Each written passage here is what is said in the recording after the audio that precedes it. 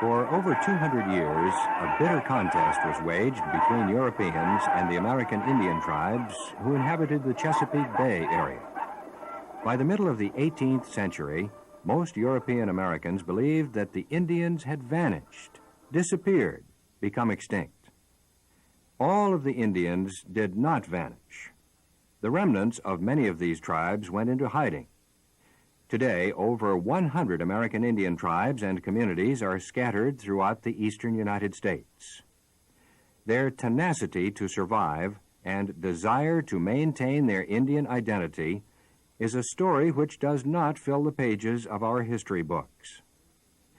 To many Americans, the Indian is like an unusual curio, something we normally associate with museum exhibits, old Western movies, or pulp novels.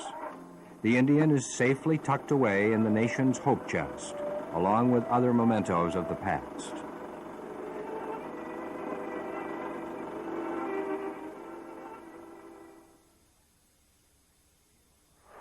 The last thing you'd expect to see along the highly industrialized eastern seaboard is a thriving Indian community. But such a community does exist in southern Delaware. The Nanticoke Indians of Sussex County are but one of 200 American Indian communities living east of the Mississippi River. Who are the Nanticoke Indians? How did they come to live and survive in Delaware? What does it mean to be a Nanticoke Indian?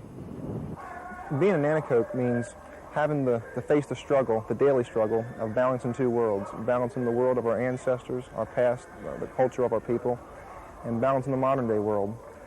We have assimilated, all Indian people have assimilated into the modern society. And this is a similarity we all share. We have the responsibility of maintaining our tribal identity and also successfully assimilating into the mainstream world. It's a struggle. It's a very hard struggle. It's one that has faced Indian people for many years. This makes it different today to be a Nanticoke than what it was back in the old traditional times. It's hard to say what it was to be a Nanticoke back in the 1800s and 1700s because, unfortunately, our way of life has been drastically altered. But we've incorporated the changes that we have faced, we've incorporated that into our tribal identity. The fact that we have faced various types of oppression, the fact that we've lost our language, the fact that we've lost some of our customs has now become part of our Indian identity. It all comes together, and we pass this pride on to our children. We have the responsibility of preserving our culture for the future. If we don't do it, no one will. So this is what it means to be a Nanticoke. It means realizing your responsibilities and realizing that if not for each individual's personal efforts, the tribal identity will one day disappear. The Nanticoke live here, along the north shore of the Indian River Inlet, near the town of Millsboro.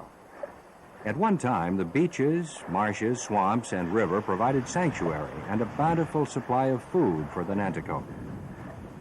Few tourists and vacationers realize or are made aware that this Indian community is only a few miles from the resort beaches of Rehoboth and Ocean City. However, the Nanticoke are very aware of the tourists and the impact on their community. The Nanticoke community is actually part of a larger, more complex cultural landscape. Many summer residents have leased or built cottages on or near traditional tribal lands. The Nanticoke have been reluctant to sell land to outsiders. Consequently, developers have been forced to construct their mobile home parks further away from Indian River than they'd like. In spite of this, the Indian River area continues to grow, with the tremendous influx of people seeking sanctuary from the rapid pace of cities like Baltimore, Washington, and Philadelphia. This growth brings changes to the Nanticoke community. Change is nothing new to the Nanticoke. For the Nanticoke people, history is not just a dry study or a dry topic. It's a tool. It's a way for us to preserve our heritage and our identity as a Nanticoke tribe and as Native Americans.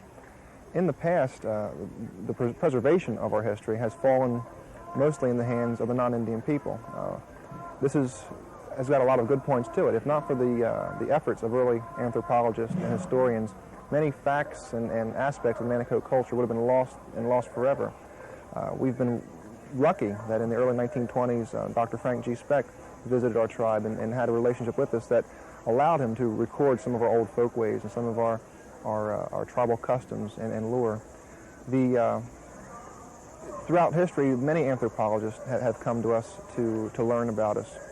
And this is an important thing, but until the people that the history is involving, until those people can write their own history and present it, you're always going to miss a certain something. No matter how much you can relate in words to someone, there's a certain feeling inside your heart that you can never get across just through mere words as far as telling one person to another. And even when you tell someone everything that you can possibly think of involving your own personal history, that person is going to see it through his own eyes, through his or her own eyes, and they're going to relate it in that kind of context. If you want to know the truth about the Nanticoke history, then you have to ask the Nanticoke themselves. And until the Nanticoke people are able to present this, there's always going to be a certain something missing. And this is one thing that's always been true. Today, we're changing a lot of that. For the past 7 years, we started up our annual Nanticoke Pow Wow again, and we've revived a lot of the history of on our own part. One of the things that we have during the Pow Wow is a Pow Wow program book, the 60-page book, and we've made that into a vehicle, into a way for us to express our history. Back in 1982, the very first Nanticoke history done by a Nanticoke Indian that was done in '82. Before that time, everything written by about the Nanticokes had been written by a non-Indian person. So we're changing those things.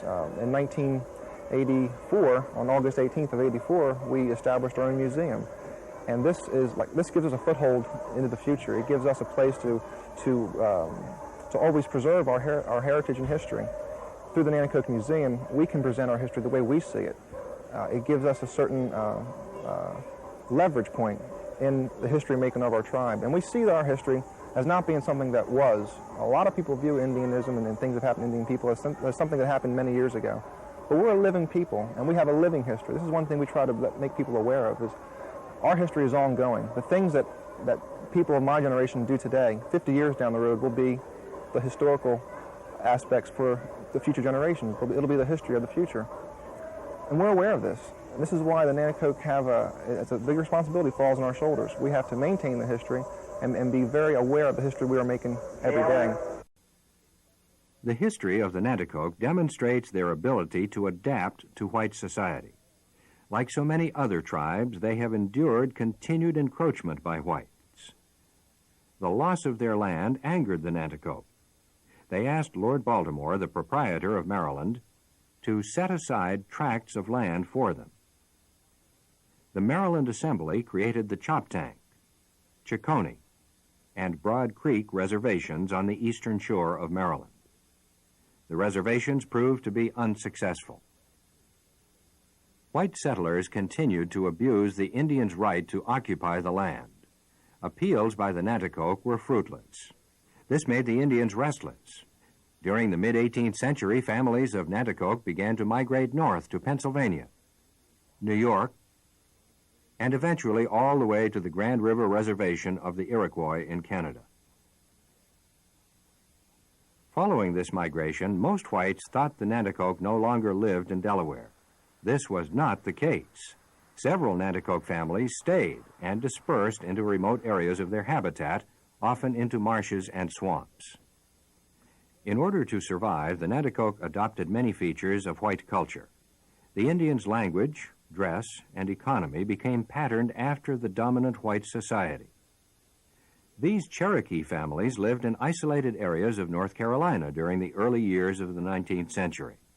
The lifestyle depicted here is very similar to that of the Delaware Nanticoke of the same era. The story of the American Indian, and the Nanticoke in particular, is really one of survival. Surviving disease, massacres, expulsion, and discrimination. Being a Nanticoke has not always been easy. As a matter of fact, it's been a very hard struggle to be an Indian. The Nanticoke have had to contend with the prejudice of their non-Indian neighbors. They were, and still are to a large degree, an island unto themselves in a sea of non-Indian people. The dispersed Nanticoke families did not have deeds or legal titles to the land. By the 1830s, many of the Indians became tenant farmers and worked for their white neighbors. Soon, some of the Nanticoke had saved enough money to buy their own farms. In 1867, only 2 Nanticoke families owned land. But by continually purchasing adjoining pieces of land, the tribe eventually acquired an extensive tract. As more and more tribe members became landowners, a new community developed along Indian River. In time, the Nanticoke subdivided their property, giving their sons and daughters land to farm. This tradition has continued from generation to generation into the present. The homes of the Nanticoke families resembled those of their white neighbors. Other types of architecture demonstrated a blending of both Indian and European cultures. Log corn cribs were once a common sight on many Nanticoke farms. During the 19th century, the Nanticoke successfully became part of the economic life of white society, but they still held on to some of their own technology and maintained respect for their heritage. With the establishment of the Nanticoke Indian Museum, we're able to encourage our young people to take an active role in making the history of the people. I'm very proud of our history. I'm very proud of what we have done. I'm equally proud of what I know will be for the future. It fills me full of pride to see the young people of our tribe become involved in this. We have dancers that are 4 and 5 years old who when other kids are spending their weekends watching video programs or playing at the arcades, our children are learning dance steps, they're learning the culture, they're learning the history.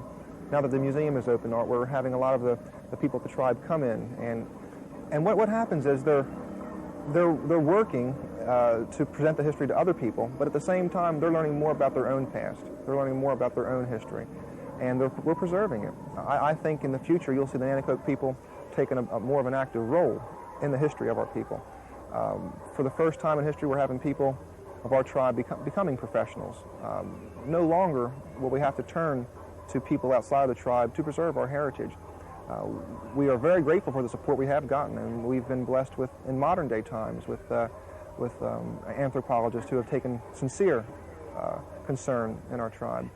If not for the efforts of the anthropologists, past and present, who have preserved our history for us, we would have very little to continue on our own. And we're very aware of this and we acknowledge this. But now a new day is coming, and now it's time for the Nanticoke people to take an active role in their own history and their own history making. During the 19th century, most Americans recognized only 2 groups of people, whites and non-whites. Whites treated the Nanticoke the same way they did the blacks in the Deep South. The turmoil surrounding the racial status of those of Indian descent created the need for separate social institutions. Non-whites were forced into segregated schools. The Nanticoke built and maintained their own schools. Religious worship was also affected. In the Nanticoke community, there were separate churches for blacks and for Indians. The need to preserve their religious heritage led to the establishment of the Indian Mission Church in 1881. The Nanticokes have been faced with prejudice. There's no doubting that. Our history will reflect that. But we've handled the prejudice issue very successfully. We've not let other people get us down. We've not let the outside world, with their thoughts and their negative impressions of us, drag us down or hold us down. Prejudice itself is a very strong emotion. It's been the cause of many drastic acts. What we have done, though, is transform all of that external oppression, all of those external negative thoughts into internal positive thoughts, internal positive feelings. It's fortified our internal drive to preserve our history. It's fortified our conviction and beliefs in our own faiths that our heritage is important, that our heritage is worth saving and worth preserving. We've handled this very successfully. We've been very fortunate in this, and we've struggled hard for it. And today, our people are beginning to sort of reap the benefits of our struggle, and we're beginning to realize that it was worth it, that that maintaining our heritage and that standing proud and saying we are Nanticoke, and that's all we will go by and that's all we will accept, and we're not going to let anyone hold us down. Today we're beginning to see that the struggle has been worth it.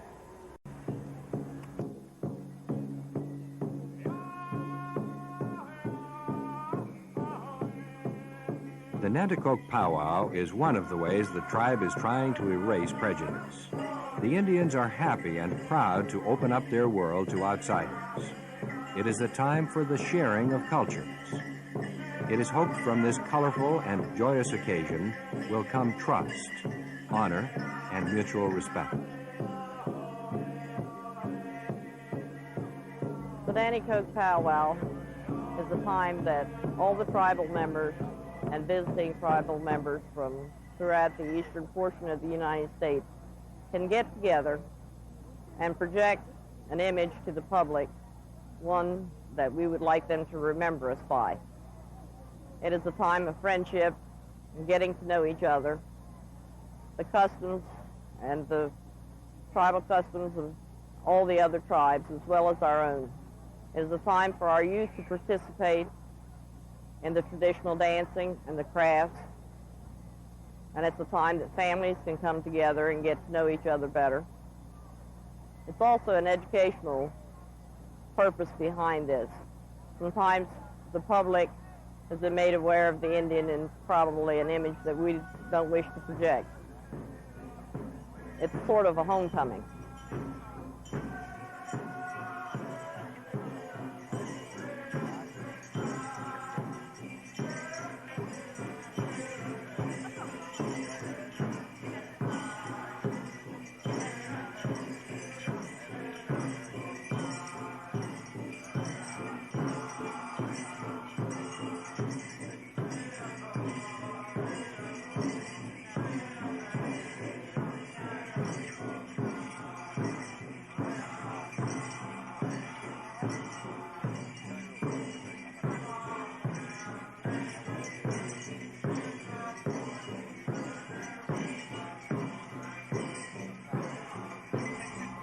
I come over here the second year, and everything is very new for me because I'm German and I'm very interested in the Indians, and I like it a lot.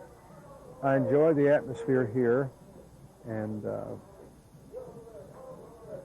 anytime you can get together as an Indian with other Indians, I think there's something to be shared in the way of cultural exchange, camaraderie, good friendship, and food. You can tell that I like food a lot, don't you?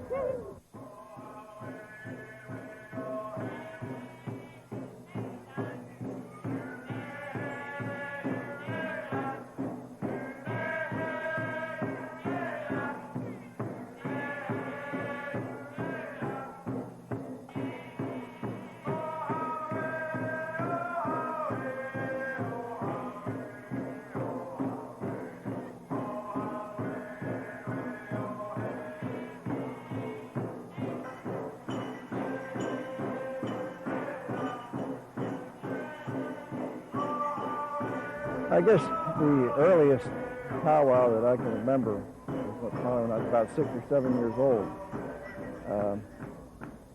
At that time, the powwows were held at Thanksgiving, and they were 3-day events. I was quite small then, and I used to dance and participate in the powwows. And then when the war started in 1941, that was the end of the powwows as such, because of gasoline, everything being rationed, and people couldn't come to view them or even come to participate in the powwows. So we didn't have any more powwows here, and I really, after my father died in 71, I just thought it was a way of life that we would never see again and thought it was gone forever. And then when they started the powwows back again 7 years ago, it gave my kids their first chance of really seeing a Nanticoke powwow. And since then we've been having them every year, and I'm glad to see them because they let me know that the future of the Nanticoke Indian will keep going on with time, and the young ones coming up will have an advantage that my kids didn't have at their early ages. Just like with some of my kids, they feel self-conscious about getting out and dancing at the powwow because they never had a powwow to dance at, and they were fully grown before these powwows started. where the younger ones coming up now do it at an early age, and they're growing right into it, and it's making a new way of life for the Nanticoke. The Eagle Dance, everybody.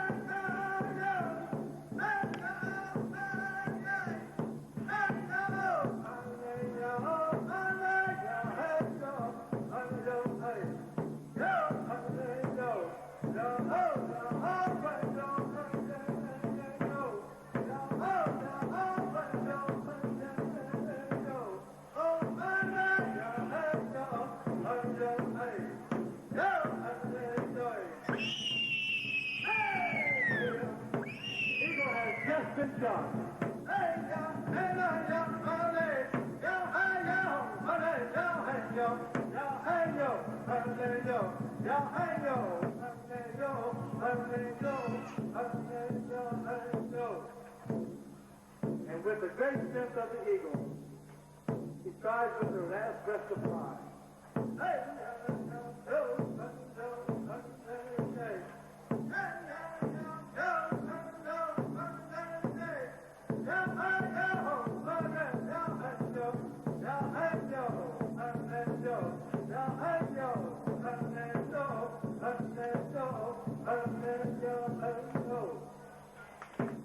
Let's give her a nice hand. The Nanticoke are also very proud of their annual homecoming. Indians from other tribes and visitors from other communities share in this celebration. Our annual homecoming, just the name alone implies what it's all about. In the daily world, a lot of times people can get involved in television or other modern day conveniences, and a lot of times you can get a gap can grow between the old people of the tribe and the younger members of the tribe. Homecoming is a chance to bring both groups together. It's a chance for people to talk to the older folks, and under a social situation where it's expected that communication is going to flow between the two. It is also a time when the people in our community who have left the area, and it's a time for them to come home and to see old friends and to renew family ties and tribal ties. Homecoming's been around. It's been around since the early part of this century, and it's always been held on the same weekend. It's always been it's another one of our customs and traditions. In earlier days, it was not nearly as widely attended as it is today, and it might not have been as formalized. But today, it's a very structured event. During homecoming, we have the church services, and then we have a huge feast outdoors.